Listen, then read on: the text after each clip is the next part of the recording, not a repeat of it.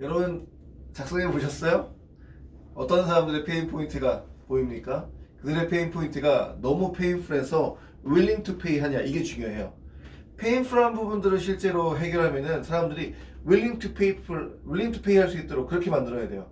기꺼이 내가 돈을 지불하고도 그 문제를 해결하고 싶어 라고 그런 생각이 들게끔 여러분들 솔루션을 만들어 주셔야 됩니다. 페인 포인트 분석에 대한 부분을 잠깐 보도록 할게요. 자, 온라인 먼저 볼게요. 온라인 브랜드 기업은 어떤 페인 포인트가 있어요? 고객들한테 오프라인에서 실제적인 경험을 해주고 싶은 거예요. 온라인 경험으로는 한계가 있어. 그래서 오프라인에 왔을 때 보다 다양한 경험들, 우리 브랜드를 접하고 우와 이거 진짜 멋지다, 너무 재밌는데 라고 그런 경험을 줘야 됩니다.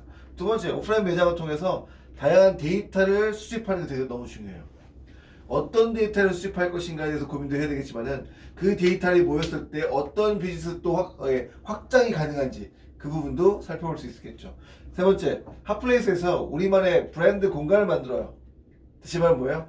나만의 브랜드 공간을 만들어서 오프라인과 온라인의 시너지를 만들고 싶다, 이런 페인 포인트가 분명히 있어요. 물론 이거 말고 더 많은 페인 포인트가 있을 겁니다.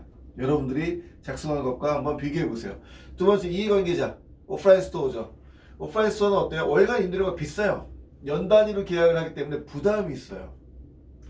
연간 단위로 계약을 해야 되고 전체를 다 통으로 해야 되기 때문에 진짜 비즈니스가 안 된다 그러면 월세를 내기도 힘들다는 얘기예요. 이 공간이 임대했을 때 너무 힘들다는 얘기죠. 큰 공간이 필요 없는데 때에 따라서는 원치 않는 공간을 운영해야 될 때도 있어요. 너무 큰 공간이 필요가 없어. 뭐 100평이나 되는 공간이 나왔는데 필요 없어. 한 40평만 있으면 되는데 이 60평을 갖다가 따로 우리가 또 계약을 해야 되는 부담감이 있는 거예요. 이 부분에 대한 해소를 할 수 있겠죠. 그다음 핫플레이스 매장에서 계속해서 내가 될 수 있으면 이 공간을 갖고 싶어요. 지속하고 싶어. 디지털 마케팅을 통해서 매출 증대가 좀 필요해. 그럼 나는 오프라인을 갖고 있고 온라인이 없다 그러면은 온오프를 믹스를 하고 싶어 하겠죠. 그러면 오프라인에서 온라인으로 확대시킬 수 있고 전환시킬 수 있으려면 어떻게 할 것인가에 대해서 좀 더 고민할 수 있는 그런 데이터들이 이 안에 쌓이지 않을까 생각이 들어집니다. 세 번째, 공간 소유자. 어떻게 보면 건물주죠. 건물주는 이 공간이 비어있으면 안 돼요. 공실료를 최소화시켜야 돼요. 공간을 갖다가 실제로 많은 사람들이 이용하고 많은 사람들한테 임차를 줘서 임대 수익을 많이 발생하고 상권이 형성되어서 그 부동산 가치가 올라가는 게 이 사람들한테 너무너무 중요합니다. 공실률을 최소화시키고 적절한 수익을 갖고 싶어 하고요. 그리고 그걸 지속시키고 싶어 합니다. 그리고 오랜 시간 동안에 공백 기간 동안에 수익 발생을 하지 않는 부분들을 어떻게 하면 최소화시킬 것인가. 그리고 중요한 건 진짜 건물값이 올라가기를 원하겠죠. 그러면 많은 사람들이 찾아오고 많은 사람들이 이 안에서 놀 수 있는 플레이그라운드가 돼야 돼요. 그러면 공간의 가치가 올라가겠죠. 결국에는 부동산 가치가 올라가는 것을 많이 바라지 않을까 생각이 들었습니다. 마지막, 고객들. 온라인에서 브랜드를 구매할 때 사진과 영상에서 보던 것하고 실제로 받아보면은 너무 많이 다른 것을 느낄 수가 있어요. 여러분도 낚인 적이 있고 저도 아마 낚인 적이 많이 있다고 생각합니다. 너 사진 볼 때는 영상 볼 때는 정말 그럴싸하고 너무 괜찮은데 물건을 막상 받아보면 이게 뭐야? 이런 경우가 허다해요. 그런 경우에 대한 부분들을 대비해서 실제로 가서 보고 만져보고 경험해 볼 수가 있겠죠. 실제 보고 만지고 입어보고 사용해보는 경험에 대한 욕구가 굉장히 많고요. 오프라인 매장에서 실제 것들을 해보고 싶다. 이런 페인 포인트가 믹싱이 되어서 누구의 페인 포인트, 어떤 부류의 어떤 그룹의 페인 포인트를 어떻게 해결할 것인가, 그거에 대해서 고민을 하면은 문제를 해결할 수 있는 단초가 제공되어지지 않나 생각이 들었습니다. 그래서 여러분이 좀 더 이런 부분들을 구조화하고 구체화하기 위해서는 제가 다 안 썼어요. 무슨 얘기냐, 2번하고 3번은 여러분이 직접 공부해 보시고 연구해 보시고 찾아보라는 이야기예요. 첫 번째, 유사한 모델의 기업이 있느냐. 블랙팀과 유사한 기업, 공간 전체를 빌리는데 그 공간을 갖다 쪼개서 연 단위가 아니라 월 단위로 이렇게 파는 데가 어디가 있죠? 저스트고나 아니면은 위워크 같은 데, 여기 패스트5나 이런 공간들, 이런 기업들, 플랫폼 기업들이 분명히 있어요. 그래서 여러분들이 이런 플랫폼 기업들의 속성들을 파악하기 위해서 여러분 스스로가 한번 노력해 보시기 바랍니다. 자, 과제는 아니긴 하지만 1번, 2번, 3번에 대해서 여러분이 고민해 보시고 작성을 해 보셨으면 좋겠어요. 자, 블랙팀과 유사한 기업들에 대해서 잠깐 이야기를 해볼게요. 여러분, 영국의 IWG라는 위워크보다 많은 3,000개 오피스를 보유하고 있는 기업들이 있어요. 이런 기업이 실제적으로 위워크보다 매출도 좋고 영업이익도 흑자도 더 많이 나는데 기업 가치는 어떻게 보면 더 낮아요. 다시 말하면 위워크가 많이 고평가되어 있긴 했어요. 왜? 손정희 회장이 투자를 하면서 소프트뱅크 벤처스가 투자하면서 굉장히 많은 부분들에 어떻게 보면 이 거품이 생기지 않았을까 생각이 들어집니다. 지금은 CEO가 약간 이상한 짓을 해서 지금 CEO가 물러나고 지금 위워크도 굉장히 많이 휘청휘청 어려운 상황에 있지 않았을까 예상을 하고 있어요. 많은 부분들 이거는 언론에 나왔기 때문에 사람들이 알고 있을 거라 생각이 들어집니다. 중요한 거는 공유오피스 빅5 중에서 인더스트리어스라는 기업이 있어요. 이 인더스트리어스는요, 오피스 임대 후에 재임대가 아니라 건물주와 파트너십을 맺는 방식이에요.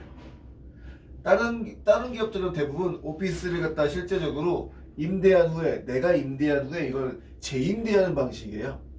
어찌 보면 되게 웃기죠. 근데 그게 아니라 건물주와 파트너십을 맺어서 건물주의 페인 포인트를 잘 이해하고 그걸 해결할 수 있는 형태의 비즈니스를 만들었어요. 그래서 건물주와 인더스트리얼과 첫 번째 계약을 맺고 공유 오피스로 리모델링을 합니다. 이때 비용, 리모델링 비용의 90%, 95%를 인더스트리얼스가 안 해요. 건물주가 돼요. 건물주가 부담을 하고 나머지 5%에서 10%만 인더스트리얼스가 부담을 합니다. 그 다음에 인더스트리얼스는 공유 오피스의 운영을 맡아서 매출의 전체의 5%에서 7%를 가져가요. 1년에 만약에 뭐 1,000억이 매출이 난다. 그럼 1,000억에서 5%에서 7%, 50억에서 70억만 가져가는 거예요. 그 다음에 일반 임대 기대 수익을 넘는 초과 수익에 대해서 어떻게 보면 약정에 대한 수익이 있겠죠. 그 수익을 넘는 거에 대해서 30%에서 50%를 러닝 개런티 방식으로 이거 좋은 것 같아요.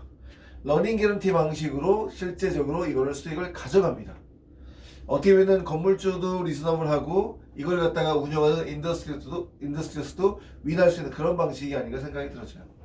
그래서 건물주가 공유 오피스를 만들면은 인더스트리어스가 위탁 운영하는 방식이고 매출의 일부를 수수료로 받고 초과 수익을 실제적으로 인센티브로 받는 형식이라고 보시면 될 것 같아요. 위워크가 위험과 수익을 거의 전부 다 띄워알았다면은 이거는 위험과 수익을 건물주와 본인 인더스트리어스가 양분하는 그런 방식이라고 이해를 하시면 될 것 같아요. 그래서 건물주로부터 공간을 임대해서 공유 오피스 운영하는 것과 비교하면 수익금은 작아져도 뭐는 높아져요? 수익률은 올라갈 수가 있다. 그리고 리스크를 줄일 수가 있다는 거죠. 그래서 건물주 역시 일반 임대보다 30% 이상 수익을 더 가져갈 수 있다고 합니다. 한국에도 이런 모델이 나왔으면 좋겠는데 제가 뭐 이런 모델을 만들었으면 좋겠다 생각이 들어서 저도 놀이터라는 비즈니스를 하고 있어요. 나중에 이 부분은 제가 설명을 드리도록 하겠습니다. 그래서 기존 오피스뿐만 아니라 다양한 건물주와 다양한 사람들과 파트너십을 맺어서 이것들을 같이 하고 있어요. 재밌는 거는 피트니스 체인이자 호텔을 운영하는 에퀴녹스와 협업을 하는 거예요. 어떻게 보면 호텔과 어떤 피트니스 체인을 갖고 있는 에퀴녹스와 같이 함께 파트너십을 맺어서 에퀴녹스 호텔에 공유 오피스를 열어서 이것들을 함께 진행을 한다라고 이야기를 합니다. 그래서 인더스트리어스 입주 회원은 호텔 피트니스를 무료로 쓸 수 있어요. 예를 들어서 제가 인더스트리어스가 만든 그 공간에 들어간다면은 그 공간에 들어간 사람들한테 줄 수 있는 베네핏, 호텔에서 쓸 수 있는 호텔 피트니스를 무료로 이용할 수 있고 거기에 컨시어지 서비스, 호텔 식사, 그리고 다른 도시의 인더스트리 회원도 그 맨하탄 출장에 가서 그런 서비스를 받을 수 있다면 얼마나 좋겠어요. 제가 볼 때는 파트너십을 맺어가지고 이 부분들에 대한 설계를 굉장히 잘한 것 같다 생각이 들어집니다. 그래서 애리조나, 샌프란시스코 근교의 대형 쇼핑몰에도 공유 오피스를 열어서 이런 것들이 계속 확장해 가고 있다고 보시면 될 것 같아요. 자, 그 다음 또 다른 플랫폼 회사, F&B 플랫폼으로 확장할 수 있을지 모르겠지만은 위쿡이라는 데가 있어요.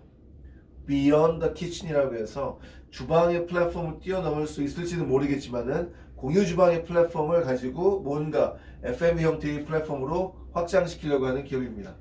그래서 식자재를 공동 구매하고 보관하고요, 사업의 경험도 공유하고 유통 판매 채널도 공유하고, 그래서 자영업의 이 어떻게 보면 지속 가능성을 높일 수 있는 걸 도와주기 위해서 이 기업을 만들었다고 이야기합니다. 우리나라에도 아마 위쿡이 들어와 있는 걸로 알고 있는데요. 한번 여러분도 살펴보시기 바랍니다. 아까 이야기했던 블랙틴이라는 기업, 그래서 어떻게 됐나? 블랙틴이라는 기업은요, 현재 시리즈 A, 여러분 투자가 단계가 있다고 했어요. 시드 단계가 있고 프리 A가 있고 A, B, C, D 이렇게 다른 단계가 있는데, 시리즈 A 단계에서 700만 불, 우리나라 돈 한 775억 정도 받았을까요? 72억? 그 정도를 투자를 받으면서 지속적으로 성장을 하고 있습니다. 근데 여기 만드신 분이 다 여성인지 모르겠지만 제가 자세히 안 읽어보긴 했지만은 이 보세요. 블루틴, a female focused company founded in 2015이라고 되어 있어요. 여성이 좀 중심이 되어서 어떻게 보면 회사를 만들었고 그분들에게 좀 더 많은 것들 혜택을 주기 위해서 이 기업을 성장시키지 않을까 생각이 드십니다. 자, 오늘의 과제.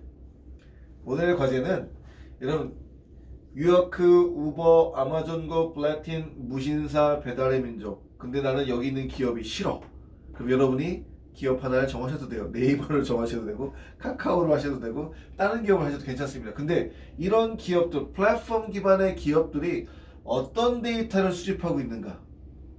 플랫폼 기반의 데이터, 이 기업들은 어떤 데이터를 수집을 해서 이 데이터를 가지고 미래에는 어떤 비즈니스로 나아갈 것인가에 대해서 여러분이 다 조사하는 게 아니에요. 하나만. 이 중에서 여러분이 마음에 드는 기업 딱 하나를 선정을 해서 여러분이 조사를 해보시기 바랍니다. 아시겠죠? 이번 주 과제 요겁니다. 기억하시고 다 조사하지 마세요. 다 조사하고서 막 제욕하지 마시고 하나만 정하셔서 여러분들이 데이터에 대한 부분과 미래에 대한 부분들을 살펴보시면 좋겠습니다.